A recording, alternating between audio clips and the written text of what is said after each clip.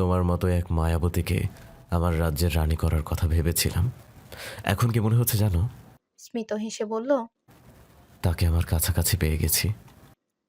জ্যোৎস্নার অমৃত সুধা মেঘের শরীরের উপর লুটিপুটি খাচ্ছে। আর মেঘ মুগ্ধ হয়ে আকাশপানে চাঁদের দিকে তাকিয়ে আছে। চোখ দিয়ে পড়ছে অজস্র অশ্রুকণা। সেদিকে তার খেয়াল নেই।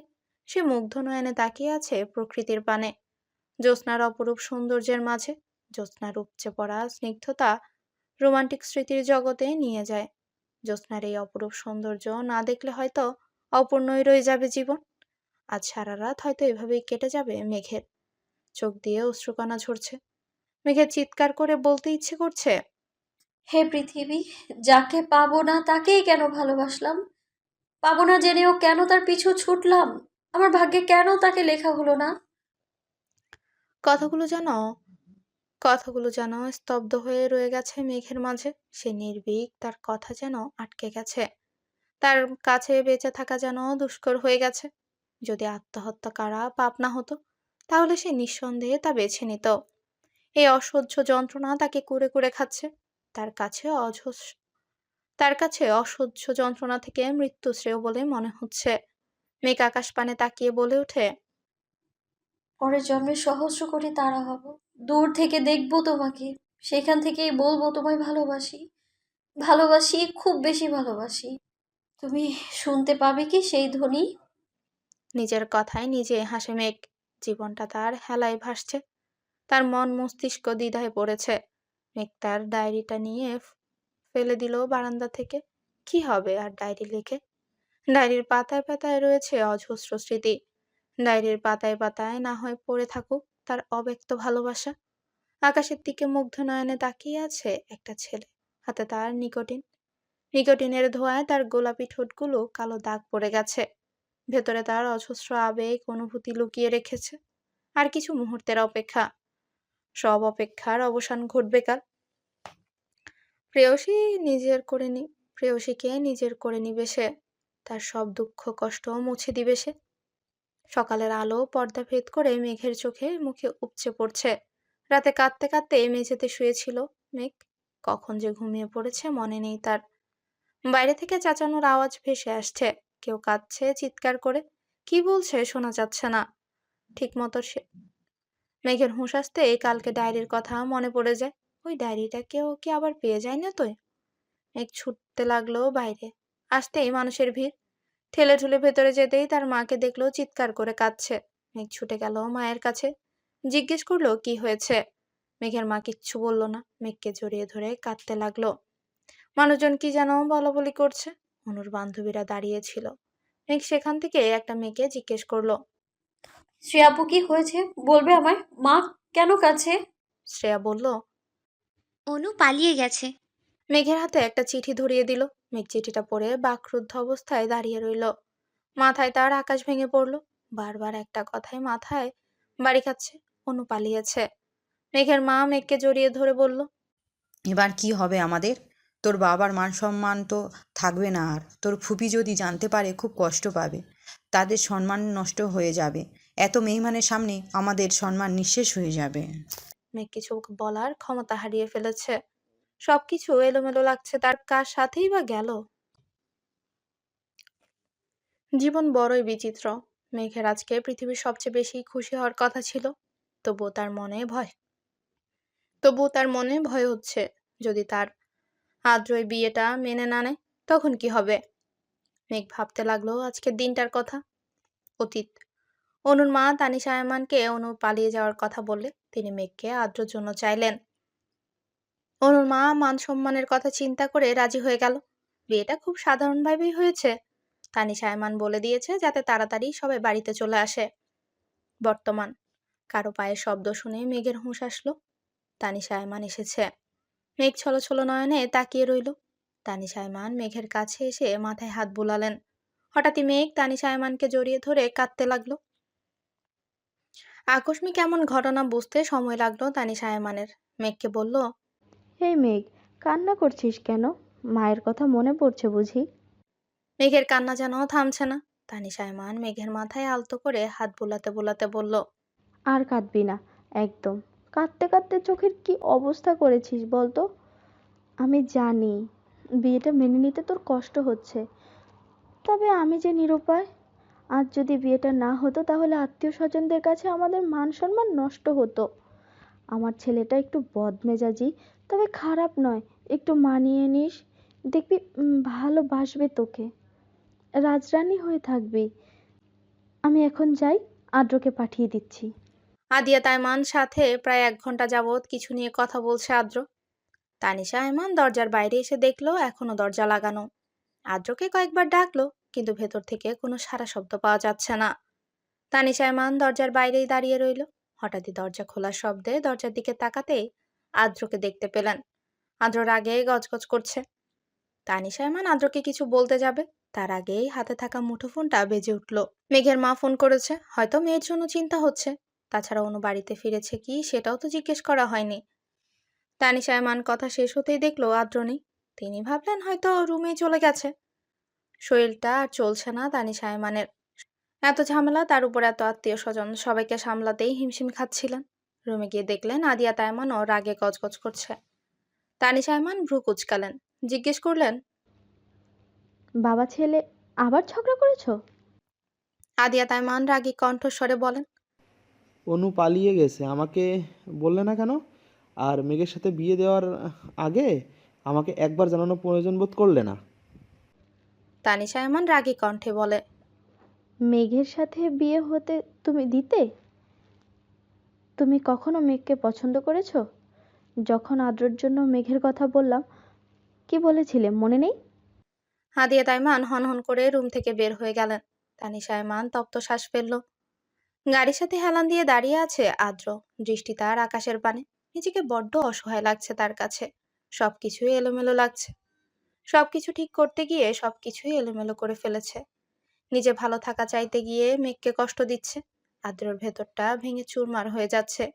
নিঃশ্বাস নিতে তার কষ্ট হচ্ছে। প্রিয়তমাকে কাছে পেয়েও নিজের করে নিতে পারছে না। নিজ হাতেই কষ্ট দিতে হচ্ছে তাকে। হঠাৎই হাতে থাকা মুঠোফোনটা বেজে উঠল। ফোনটা রিসিভ করতে লোকটার কথা শুনে আদ্রর মাথা কাজ করছে না। কি করবে এখন? চারদিকে আলোর শিহরণ। আলোয় আলোয় দিক দিগন্ত হেসে ওঠে। আলোয় ভরা চাঁদের জ্যোৎস্নার প্লাবনে ডুবে যায়। চাঁদনি রাতের মোহনীয় রূপ, সৌন্দর্য প্রতিটি মানুষের মনেই রং ধরায়। মেঘের এই চাঁদনি রাত উপভোগ করতে ভীষণ ভালো লাগছে। তবে কেমন যেন একটা সুখের মতো ব্যথা বুকের তলায় জমা হয়। অথচ সেই ভাব প্রকাশের ভাষা নেই। জ্যোৎস্নায় মায়াবী রূপ মানুষের মন যৌবনের আবির ছড়িয়ে দেয়, রাঙিয়ে তুলে মানুষকে। মেঘেরও ইচ্ছে হচ্ছে জ্যোৎস্নার এই রাত তার প্রিয় মানুষটির উপভোগ করতে, কিন্তু আদ্র আসার কোনো নামগন্ধ নেই। মেঘ ক্লান্ত থাকায় অপেক্ষা করতে করতে ঘুমিয়ে পড়েছে। সকালবেলা চিৎকার চেঁচামেচিতে ঘুম ভাঙলো মেঘের। রাতের ঘটনা ভাবতে লাগলো। আদ্রের জন্য অপেক্ষা করতে করতে কখন যে চোখ লেগে এসেছে বুঝতে পারেনি। আদ্র কি রাতে রুমে আসেনি? যদি আসতো তাহলে নিশ্চয়ই মেঘকে জাগিয়ে তুলতো। হঠাৎই মনটা খারাপ হয়ে গেল। তবে কি আদ্র বিয়েটা মেনে নেয়নি? তানিশা আয়মানের চিৎকারে হুঁশ ফিরল মেঘের। মেঘ ফ্রেশ হয়ে হালকা গোলাপি রঙের শাড়িটা পরে নিল। নিচেই তানিশা আয়মান রাগে গজগজ করছেন। মেঘকে দেখে তানিশা আয়মান ডুকরে কেঁদে উঠল। হঠাৎ এমন কাণ্ডে বেশ বিস্মিত হলো তিনি। খুবই কাঁদছো কেন? কি হয়েছে আমায় বলো। তানিশা আয়মান কাঁদতে কাঁদতে বললেন, আমার ছেলেটা রাগী বদমেজাজি, কিন্তু এরকম করবে আমি বুঝিনি। আমি তোর জীবনটা নিজ হাতে শেষ করে দিলাম। আমায় মাফ করে দিস মেঘ। আমি পারলাম না তোর জীবনটাকে সুন্দর করে সাজিয়ে দিতে। আদ্র এমন একটা কাজ করবে আমি ভাবতেও পারিনি। কি করেছেন উনি? তানিশা আয়মান মেঘের হাতে একটা চিঠি ধরিয়ে দিলেন, যেখানে লেখা আছে, প্রিয় মা, আমি জানি আমার সিদ্ধান্তে তুমি কষ্ট পাবে। কথাগুলো ফোনে বলতে পারতাম, কিন্তু তোমার সাথে কথা বলতে কষ্ট হতো, তাই চিঠি লিখলাম। তবে আমার কিছু করার ছিল না। আমি মেঘকে নিজের জীবনসঙ্গী হিসেবে মেনে নিতে পারবো না। আমি লন্ডন ফিরে যাচ্ছি। আমার সাথে যোগাযোগের চেষ্টা করো না। আর মেঘকে বলো পারলে যেন আমায় ক্ষমা করে দেয়। ও চাইলে বাড়িতে ফিরে যেতে পারে। আর কার জন্যই বা এখানে থাকবে? আমি তো আর বাংলাদেশে ফিরবো না। মেঘকে বিয়ে করাটা আমার ভুল সিদ্ধান্ত ছিল। পারলে আমায় ক্ষমা করো। এতে আদ্র। মেঘের মাথায় যেন আকাশ ভেঙে পড়েছে। ওর মস্তিষ্ক যেন শূন্য, মন মস্তিষ্কে দ্বিধায় ভুগছে। এটা কিভাবে করতে পারলো আদ্র? হঠাৎই অজ্ঞান হয়ে গেল মেঘ। তানিশা এমান বাড়ির লোকদের নিয়ে আদ্রের রুমে এনে শুইয়ে দিল। মাথায় হাত বুলাতে লাগলো, চিন্তা করতে লাগলো সকালের ঘটনা। ঘুম থেকে উঠে নিচে নামতেই দারোয়ান এসে তানিশা এমানের হাতে চিঠি দিয়ে বলে আদ্র দিয়েছে। চিঠি খুলতে মাথায় যেন আকাশ ভেঙে পড়ল। তানিশা এমানের আদ্র, এসব কি লিখেছে? এখন এসবের মানে কি? আদ্রকে কয়েকবার ফোন দিলেও ফোন বন্ধ বলছে। বর্তমান। একটু আগেই মেঘের জ্ঞান ফিরেছে। মেঘ ছলছল নয়নে তাকিয়ে রইল তানিশা এমানের দিকে। ফুপি, আমি কি এতটাই খারাপ যে আমাকে ভালোবাসা যায় না? তানিশা এমান মেঘেরকে জড়িয়ে ধরে বলল, এসব কি বলছিস মেঘ? তুই খারাপ হতে যাবে কেন? আমি তো মনে করি তাদের ভাগ্য খারাপ, যারা তোকে মেনে নিতে পারেনি। মেঘের চোখ দিয়ে অজস্র অশ্রু গড়িয়ে পড়ছে। মেঘের জীবনটা কেমন এলোমেলো হয়ে গেছে, সবকিছুই ছন্নছাড়া। তার জীবন যেন হেলায় ভেসে চলেছে। কেটে গেছে 2 বছর। এই 2 বছরের এমন একটা দিনও নেই যেদিন মেঘ আদ্রকে মনে করেনি। এমন একটা দিনও নেই যেদিনও কান্না করেনি। তবে দিন শেষে কারো জীবন কারো জন্যই থেমে থাকে না। মেঘ উষার বিয়ের জন্য তৈরি হচ্ছে। উষা অবশেষে তার ভালোবাসার মানুষটাকে নিজের করেই পাচ্ছে। মেঘেরও ইচ্ছে ছিল আদ্রকে নিয়ে ভালো থাকার, কিন্তু আদ্র তো চায়নি। কথাটা ভাবতেই বুকের ভেতরটা ছ্যাদ করে উঠল মেঘের। ভাবতে লাগলো সেই দিনটার কথা। অতীত। আদ্র চলে গেছে প্রায় 2 সপ্তাহ হবে। এই 2 সপ্তাহ মেঘ রুম থেকে বের হয়নি। নিজেকে রুমের মধ্যে বন্দি করে রেখেছিল সে।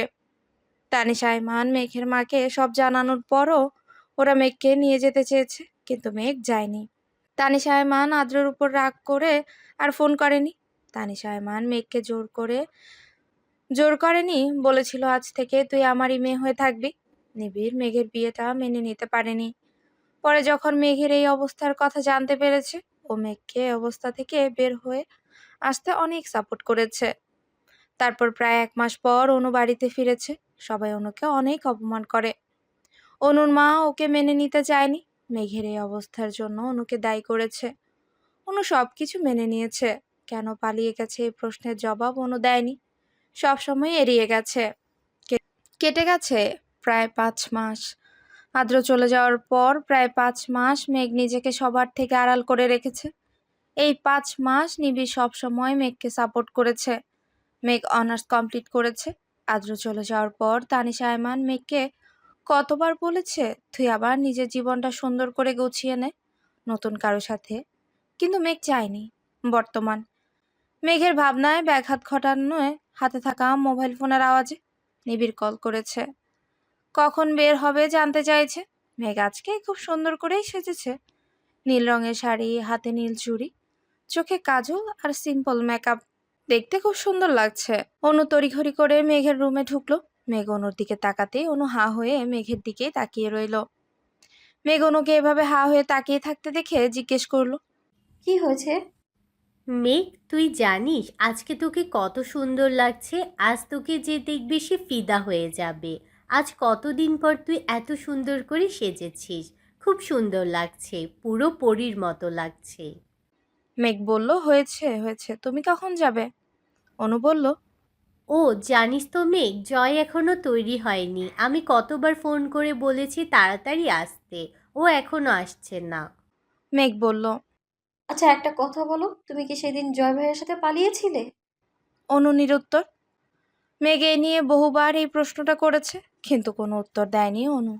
মেঘ বলল, আচ্ছা ঠিক আছে, আমি জয় ভাইয়াকে বলে দিব যেন আমার এই সুন্দরী আপুটাকে আর ওয়েট না করায়। মেঘ অনুকে বলল, আমি যাচ্ছি, তুমি জয় ভাইয়ার সাথে তাড়াতাড়ি এসো। নিবিড় আমার জন্য ওয়েট করছে। বাইরে একটা কালো গাড়ির সাথে হেলান দিয়ে দাঁড়িয়ে আছে নিবিড়। নীল পাঞ্জাবির, হাতে ব্র্যান্ডের ঘড়ি, চুলগুলো জেল দিয়ে সেট করা, কালো সানগ্লাস, দেখতে সুদর্শন যুবক। মেঘ বাইরে বের হতে নিবিড়ের চোখ পড়ল মেঘের দিকে। নিবিড় অপলক দৃষ্টিতে তাকিয়ে আছে মেঘের দিকে। মেঘ বলল, কি দেখছো? তোমাকে, বলেই হুঁশ এলো নিবিড়ের। মানে এই যে তোমার ড্রেস আমার সাথে মিলে গেলে, এটাই দেখছি। মেঘ বলল, আচ্ছা, চলো তাড়াতাড়ি। হ্যাঁ চলো। চারিদিকে আলো ঝলমল করছে, বিভিন্ন রকমের ফুল দিয়ে সাজানো হয়েছে। বিয়ে বাড়ি বলে কথা। মেঘ আর নিবিড় গাড়ি থেকে দাঁড়ালো। নিবিড় বলল, মেঘ, তুমি যাও, আমি উষার গিফটটা নিয়ে আসছি। আচ্ছা মেঘ বাইরে এসে দাঁড়াতে পরিচিত একটা কণ্ঠস্বরে মেঘ বলে ডেকে উঠল। মেঘ পরিচিত কণ্ঠস্বর শুনে স্তব্ধ হয়ে রইল। বুকের ভেতরটা ছ্যাদ করে উঠল। মেঘ পেছন ফিরতেই কাঙ্ক্ষিত মানুষটাকে পেল না। মেঘ নিরাশ হয়ে ভেতরে গেল। হয়তো সবসময় তার কথা ভাবতে থাকে বলেই এমন হয়েছে। মেঘ যতই বলুক ও আদ্রর কথা ভাবে না, কিন্তু ওর মন মস্তিষ্ক জুড়ে শুধুই আদ্র রয়েছে। মেঘ ভেতরে যেতেই উষা জিজ্ঞেস করলো, এই তোর আসার সময় হয়েছে? এই আমি তোর বান্ধবী, তুই আমাকে একদমই ভালোবাসিস না মেঘ। নাহলে তুই এটা আমার সাথে কিছুতেই করতে পারতি না। আমি একমাত্র বান্ধবী হলে তুই কিভাবে পারলি এত লেট করে আসতে? সরি প্লিজ, রাগ করিস না।